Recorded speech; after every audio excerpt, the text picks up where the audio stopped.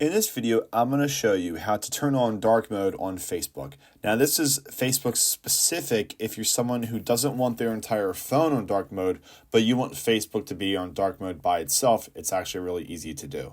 So what you want to do is go to your Facebook and go to the menu button at the bottom right corner. It's usually your profile picture. And then from here, you just want to scroll down until you see settings and privacy. And then just go into your settings. So once you're in your settings, it should just be under your preferences area here.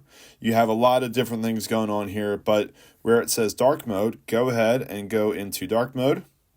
And you obviously have your option to have it on, to have it off, or to have it based on your device's system, which is what I said in the first place, just in case you want your entire phone to be on dark mode, or if you want specific apps or things like that to be on light mode or dark mode.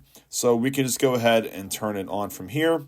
And that way Facebook is on dark mode just in case you want the rest of your phone to be on light mode. So I hope this helps you out, and we'll see you in the next video.